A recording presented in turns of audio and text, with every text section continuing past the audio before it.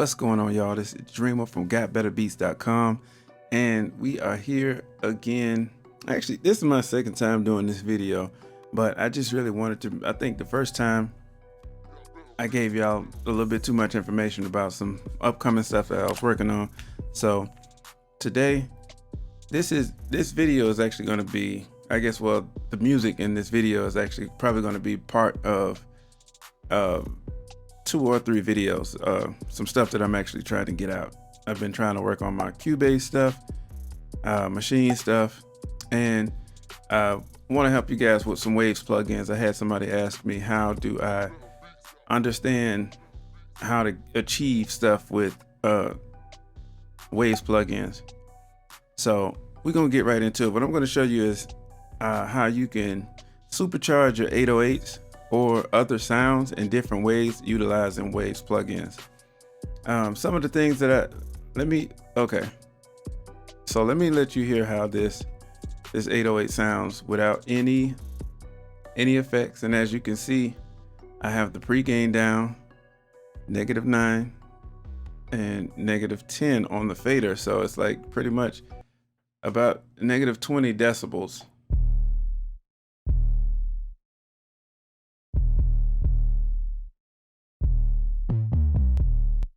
Okay, so when I add my sauce to it, this is what we have.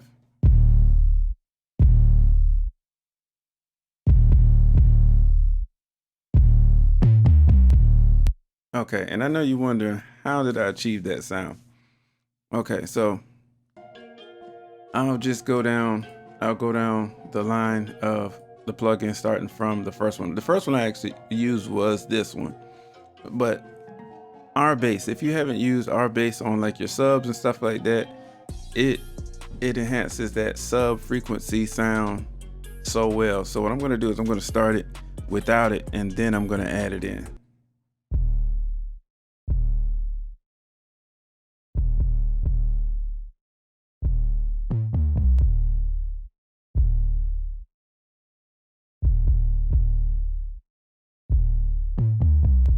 Okay, and hopefully you guys are wearing headphones, because you might not be able to tell that if you're just listening to it on your iPhone or your smartphone or whatever.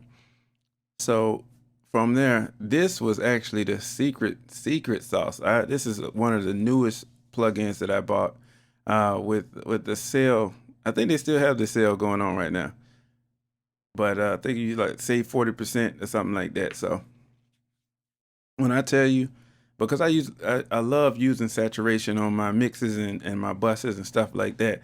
I love the analog punchiness. And when I tell you, like, this plugin, Kramer, don't get it confused. I don't think this got nothing to do with Seinfeld, but you know, this one, I just got to play it and you'll see what I'm saying.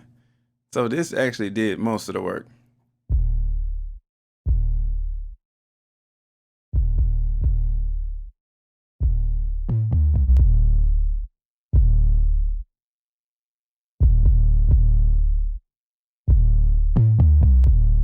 Okay, and if y'all can see my face right now, y'all know what that stank face look like when you hear a nice 808 sound.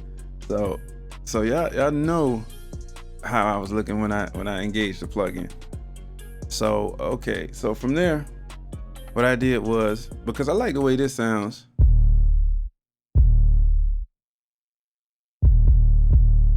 but I don't know about you, when I have an 808 like that, I like to have a little bit of distortion, a little bit of grit to it. So what I did was use and I don't know why this is coming up like this. Hold on for a second.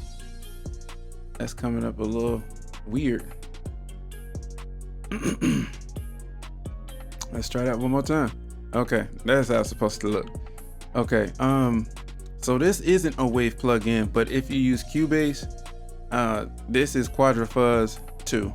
So it's a multi-band distortion plugin, and when I tell you, like, I use it in a lot of my plugins, because for one, it's it's not heavy on the CPU or nothing like that, even though it does so much. And you can, like, if I want to add like a fatness down low, distortion, and you know, in the low mid band and on the high mid band, if I wanted to add a decimator or something like that, like you can just destroy whatever. I mean, it sounds good on even vocals and stuff like that. Like I think I used it on my friend Copyright's vocals for a song he did, Problems. I don't think he ever released that, but I'm gonna get permission from him to show you guys how I do my vocal chain with rap vocals, because I actually love that song, but I don't think he's gonna release it. But and I'm gonna play it and then I'll add this in.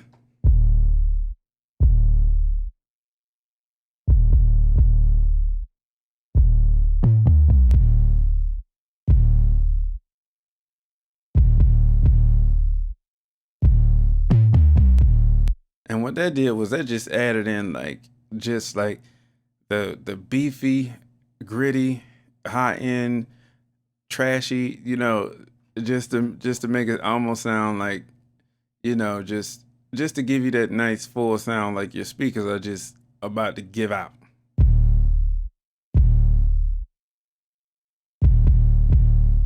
You know, when I hear 808 like that, you know, sometimes it's, you know, it's hard to turn away from the song, even if you don't like the song. You know, it's, you know, the music, man, it makes it.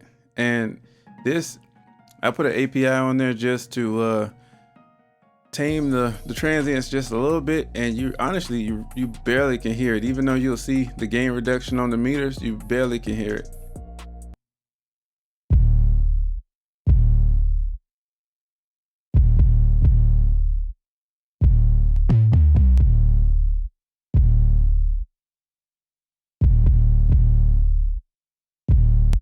So all it did was maybe, I think it maybe took maybe like 2 decibels, 2 to 3 decibels down.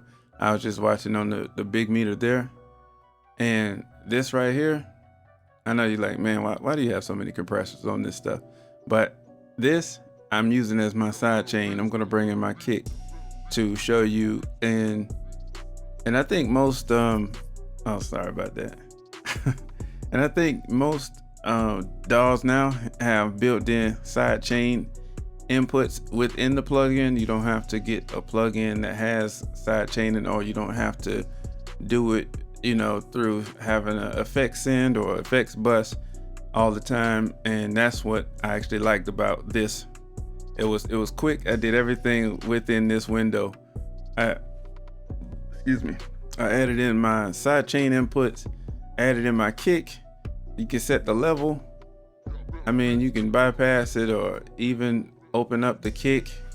So, I mean, it's just, that's what I love about Cubase. That's why I got so carried away in the other one, but I'm not gonna do that this time. But make sure you guys like and subscribe on these videos, because it's gonna be a lot of information coming to get you some really good mixes, really good beats, and really good songs.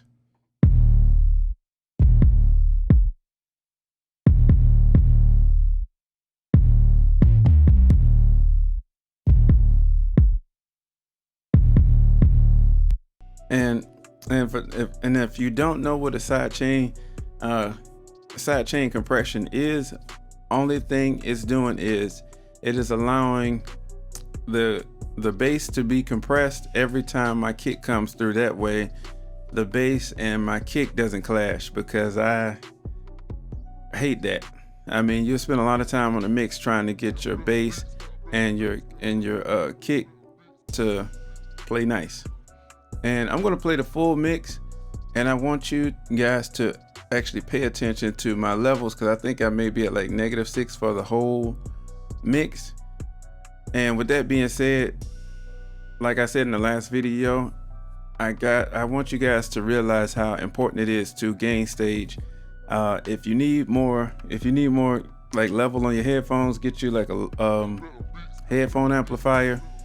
But it is so important to have proper gain staging for some really good mixes. That way everything has room. You're not clipping and it's not sounding crazy when you put it in something else. So I'm gonna play the full mix.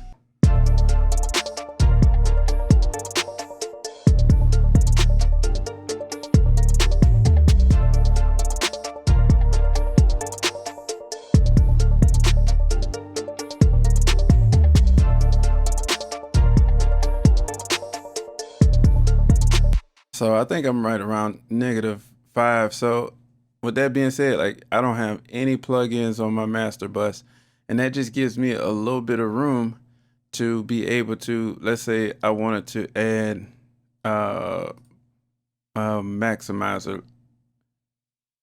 Let's just go with, matter of fact, we'll go with the L1. So if I wanted to go with the maximizer and just, you know, level it out.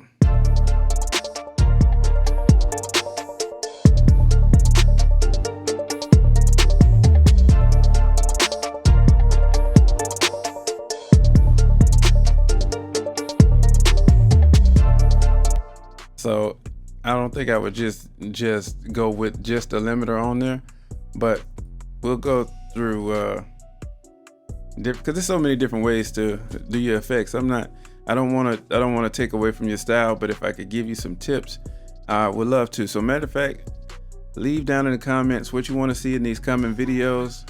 And I don't know why I'm so amped up right now. I haven't had any coffee today, but hope you guys enjoyed the video. Let me know what you like and subscribe, and let's make hits. And like I always say in each and every one of my videos, well, lately, is stay safe, stay blessed, and stay creative. GotBettaBeats.com.